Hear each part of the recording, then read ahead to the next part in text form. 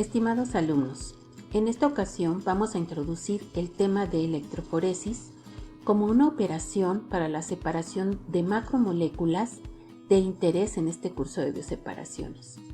Actualmente, la electroforesis constituye uno de los métodos más poderosos para la purificación de moléculas biológicamente activas o biomoléculas, como las conocemos comúnmente. Estamos hablando de moléculas de ADN, ARN y proteínas de prácticamente todos los tipos y tamaños. Al término de este video, reconocerás a la electroforesis como una operación de separación de moléculas biológicamente activas que se consigue bajo la acción de una fuerza externa, en este caso, la aplicación de un campo eléctrico. Entenderás sus principios, conocerás sus tipos, comprendiendo sus aplicaciones en las bioseparaciones. Comenzaremos abordando la definición de electroforesis, así como sus aplicaciones, para después adentrarnos en algunos conceptos clave que nos permitirán entender los principios de funcionamiento y cómo impactan en el movimiento de las biomoléculas a través de un medio. Posteriormente, mencionaremos algunos tipos de electroforesis reconociendo sus particularidades.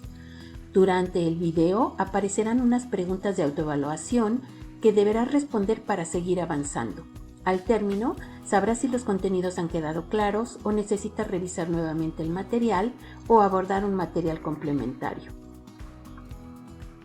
La electroforesis es un método de separación de macromoléculas o sus fragmentos por sus diferentes velocidades al moverse a través de un medio conductor en respuesta a un campo eléctrico aplicado. En este mecanismo, la carga y el tamaño juegan un papel fundamental. Otro factor importante es el pH del medio, debido a la naturaleza anfotérica de las biomoléculas, cuyas estructuras contienen grupos que son liberadores de protones como carboxilos y también grupos que son captadores de protones como grupo amino, por lo que en medios acuosos estos grupos se ionizan comportándose como ácido o como base dependiendo del pH del medio. Esto ocasiona que la movilidad de las macromoléculas en la electroforesis varíe también en función del pH del medio. Si quieres saber más sobre anfoterismo y punto isoeléctrico, te sugiero que revises el siguiente enlace. Gran parte de la teoría y de los equipos de electroforesis han sido desarrollados para ser utilizados en la separación de proteínas globulares. Sin embargo, pueden ser aplicados a otros tipos de proteínas, así como a otras biomoléculas como ácidos nucleicos, células o partículas coloidales. Algunas aplicaciones de la electroforesis en el mundo real consisten básicamente en encontrar diferencias en secuencias de ADN. Esto conduce, por ejemplo, a diagnosticar diferentes enfermedades y también a monitorear la progresión de las mismas, como por ejemplo los tumores. También es útil para la identificación de diferentes especies y variedades vegetales o animales. Por ejemplo, podremos determinar a partir de una muestra si un determinado cultivo contiene organismos genéticamente modificados, o bien a partir de una muestra a qué variedad de rinoceronte corresponde. Todo esto se realiza a través de lo que se conoce como la huella genética. En realidad, esto no es tan sencillo de llevar a cabo. La molécula de ADN es altamente compleja, por lo que es necesario fragmentarla para después amplificar los fragmentos a través de una técnica conocida como PCR y analizarlos posteriormente por electroforesis, identificando modificaciones en la secuenciación o diferencias en los mismos fragmentos. Si en dos muestras de ADN el número de fragmentos y el tamaño de los fragmentos es el mismo, se puede decir que corresponden al mismo individuo.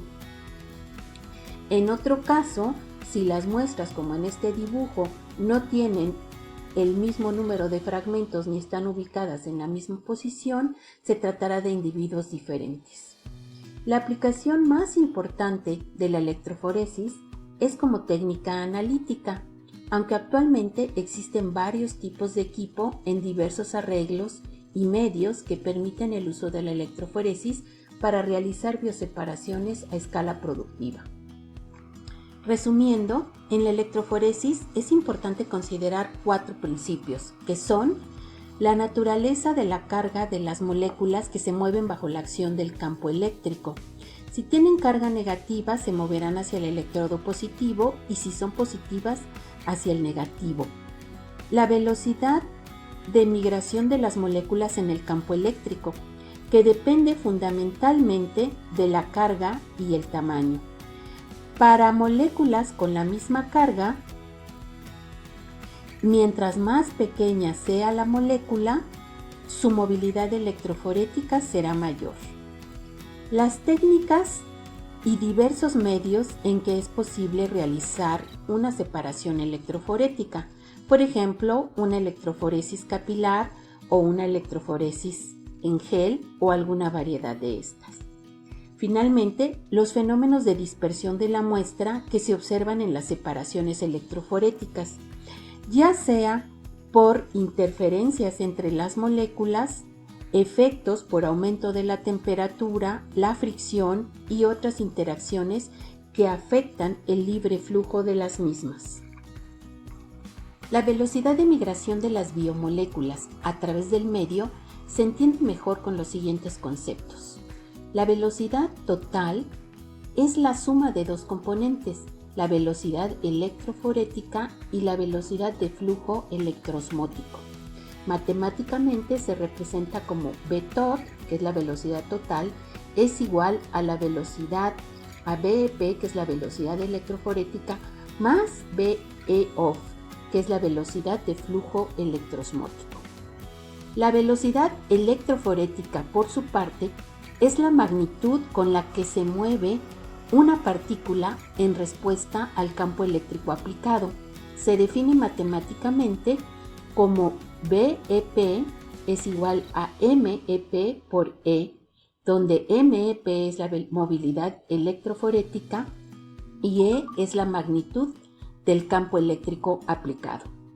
Por otro lado, la velocidad de flujo electroosmótico es la velocidad con la que la solución tampón o amortiguadora se mueve como resultado del campo eléctrico aplicado, y matemáticamente tenemos que se representa como B-off igual a ME-off por E, donde ME-off es la movilidad electroosmótica y E la magnitud del campo eléctrico aplicado.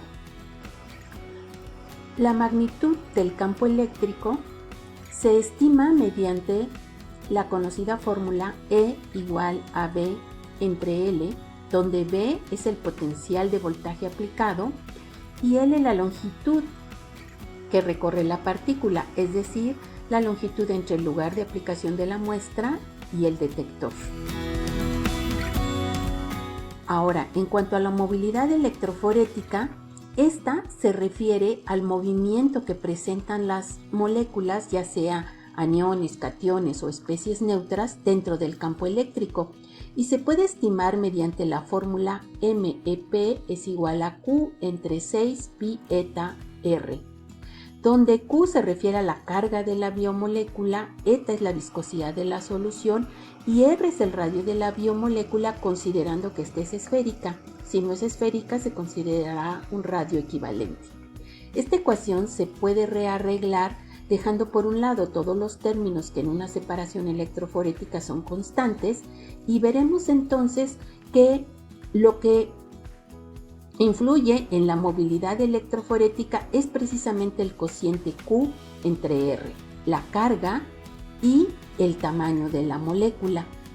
De acuerdo con esta fórmula, podemos inferir que para moléculas con la misma carga, mientras más pequeña sea la molécula, es decir, un R menor, la movilidad electroforética será mayor. La movilidad electroosmótica, como se pueden imaginar, está relacionada con el movimiento de migración de los iones de la solución y se puede estimar mediante la fórmula MEO es igual a teta por epsilon entre 4pi eta, donde teta es el potencial Z, epsilon es la constante dieléctrica de la solución, eta es la viscosidad de la solución amortiguadora. Entonces, como resultado de todas estas definiciones y de la relación entre ellas, así como los factores que actúan sobre las biomoléculas, se cumple el siguiente orden de elusión. Los primeros en eluir siempre son los cationes más pequeños, debido a que la velocidad total es la suma de la velocidad electroforética y la velocidad electroosmótica, ambas en la misma dirección, mientras que a continuación eluyen las especies neutras, en las cuales la velocidad total es igual a la velocidad electroosmótica, puesto que estas moléculas no tienen velocidad electroforética al no verse afectados por el campo eléctrico. Finalmente, eluyen los aniones, donde la velocidad total es menor que la velocidad electroosmótica, es decir, la velocidad de los iones de la solución, debido a que la velocidad electroosmótica y la velocidad electroforética tienen signos contrarios y se restan dando una velocidad total menor. Este es el orden de elusión que se cumple en toda electroforesis.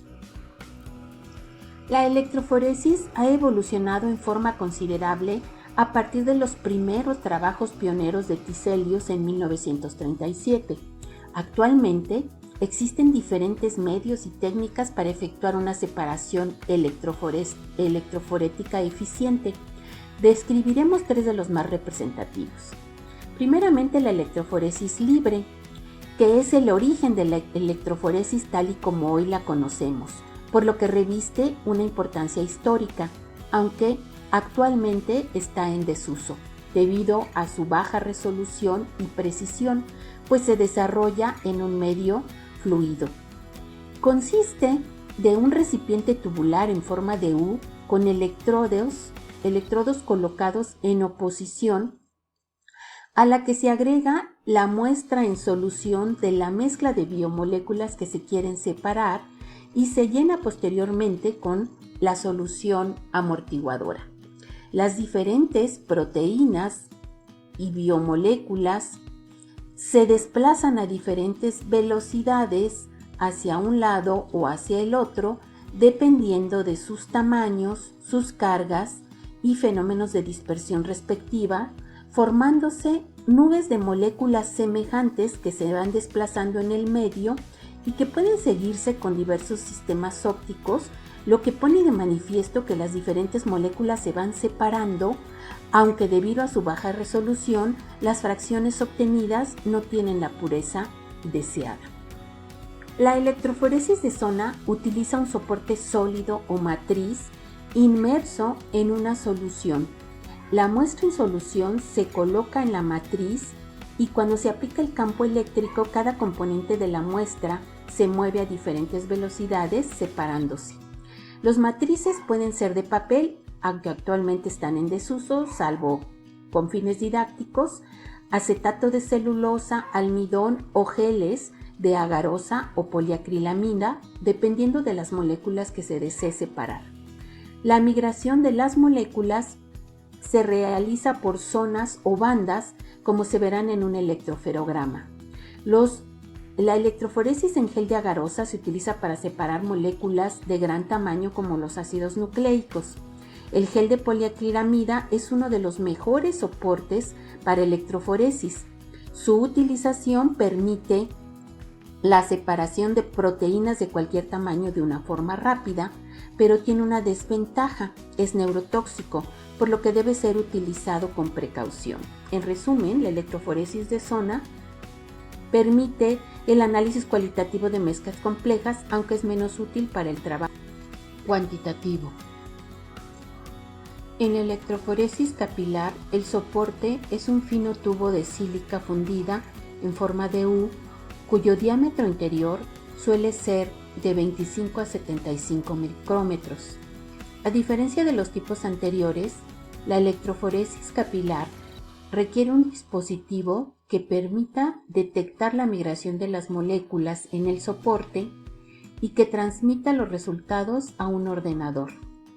Esta técnica es bastante eficiente y requiere unos menores niveles de muestra y de reactivos que el resto de las electroforesis. Es una técnica automatizada y permite separar moléculas de cualquier tamaño. Además, no requiere el uso de colorantes y tiene una alta velocidad de separación y una resolución muy elevada. El isoelectroenfoque se trata de una técnica que separa las moléculas por la acción de un campo eléctrico, así como un gradiente de pH. Esta particularidad aumenta la resolución de la técnica y que permite separar mejor las moléculas. La electroforesis bidimensional es la combinación de isoelectroenfoque y una electroforesis en gel de poliacrilamida de las fracciones resultantes, y lo que permite separar mezclas con una gran cantidad de proteínas diferentes. Si quieres saber más sobre las técnicas electroforéticas con fines analíticos, te recomiendo el video que encontrarás en este enlace. Si llegaste hasta aquí, felicidades, has realizado un buen trabajo. Eso es todo por hoy, nos encontraremos en otro video. Muchas gracias y hasta pronto.